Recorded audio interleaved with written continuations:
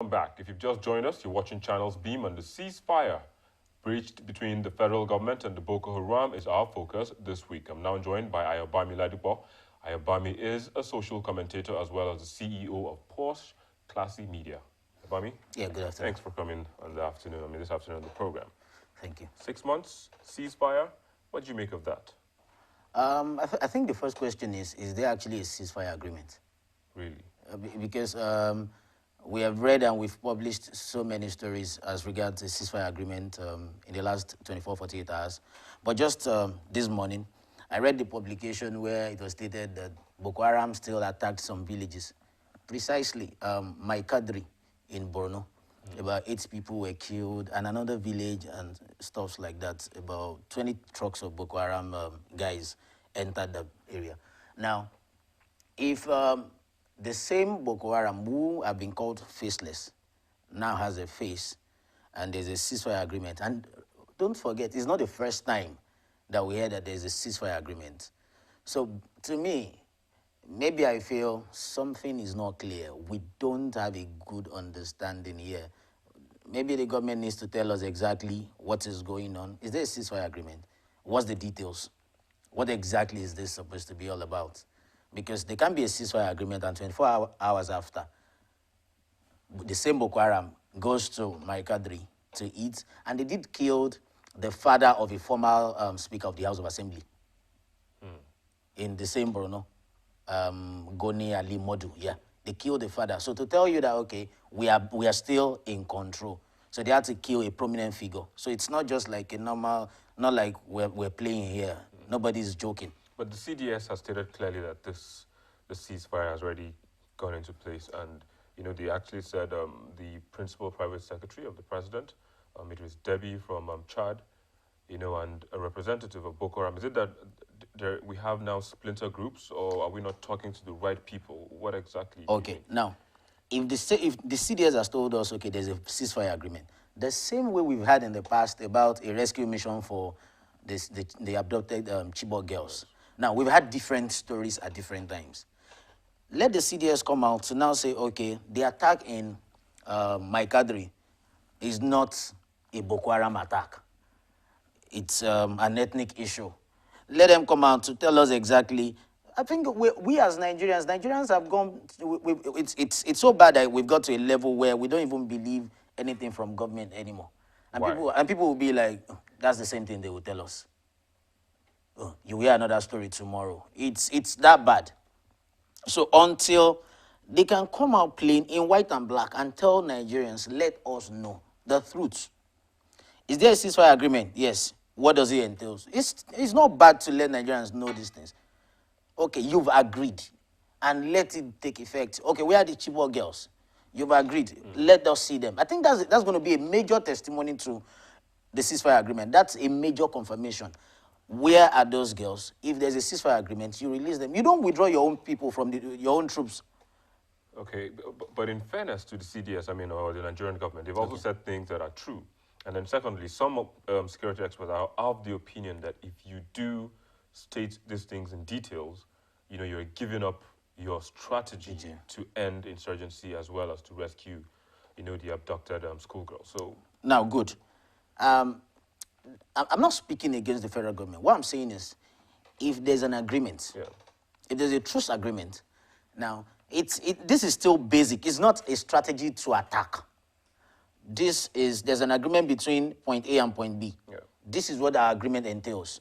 That these girls will be released, that there will be no further attacks, that it's just like when there was the Niger Delta stuff, and you were going to let go.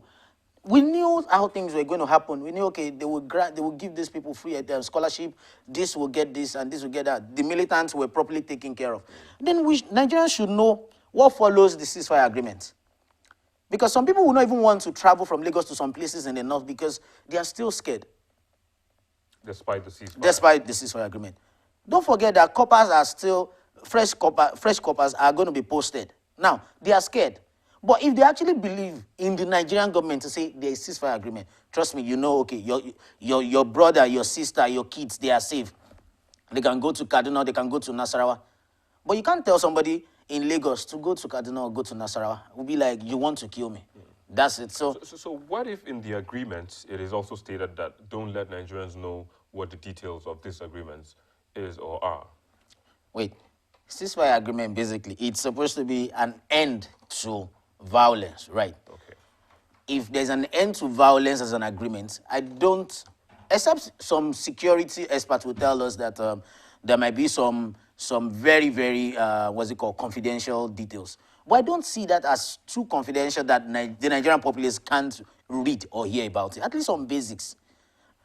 If there's a ceasefire agreement, there should not be a reason for a counterattack after 24 hours, basically. It didn't just happen. We have read this, I think about 6 months ago, there was supposed to be a ceasefire agreement. About 3 months ago, there was a publication that Chibok girls were being rescued. About a month ago, it came out as a story from the spokesperson of the Nigerian defense. I'm not going to mention him, but we know. To say that they saw Chibok girls, that they were coming in trucks, and again went back to say he's not sure. So the kind of information you divulge to the public alone, it carries weight. So probably they should filter well and tell us the truth. Let's know what is happening. So basically, I don't understand if there's a ceasefire agreement, but we should get details first. If there is one, let us get details. Before you accept that there's a ceasefire agreement, tell us the truth. Is there a ceasefire agreement? Does it mean after 1 week, we will not go back to the old bombing? There won't be such occurrence anymore. Basic, that's what we want to know. All right, Ayobami Ladikwa, thank you for coming this afternoon on the program. CEO, Porsche Classic Media, of course. Thank you for coming. Well, thank you. We'll take a break, and when we return, we do see your comments on social media platforms, of course. That's Facebook, Twitter, as well as Google+. Ceasefire or no ceasefire, we do expect the girls to return home soon. Join us after this break.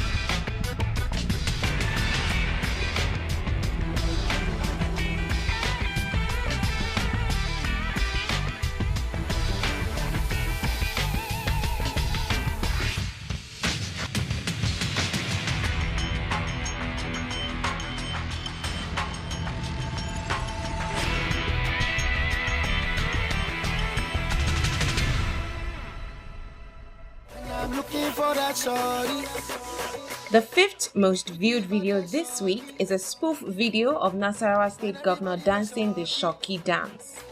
Oh yeah, Shoki, Shoki, Shoki, everybody Shoki, Shoki, Shoki, Shoki, Shoki, Shoki. At what point did this rumor start making the rounds that... At number 4 is Chocolate City's Vice President MI revealing the reason why he resigned from singing via social media.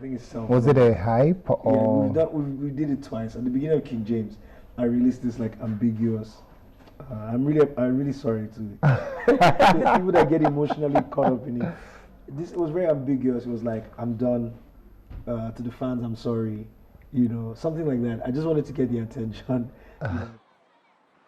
At the number 3 spot is a video of a factory worker who died after his company allegedly denied him permission to visit a healthcare center after falling ill.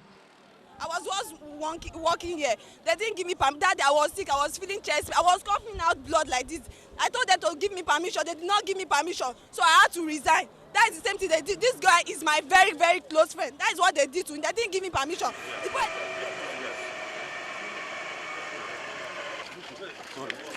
At number 2 is President Jonathan's visit to the collapsed 6-story guest house belonging to the Synagogue Church of All Nations.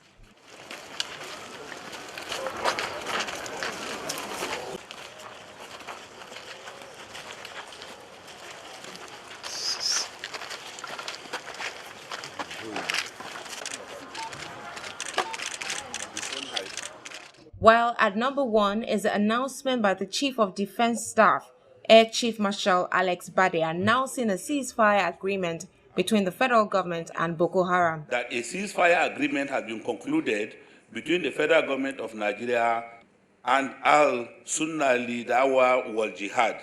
I have accordingly directed the service chiefs to ensure immediate compliance with this development in the field. Well, we do surely appreciate those comments and, of course, your engagement on our YouTube channel.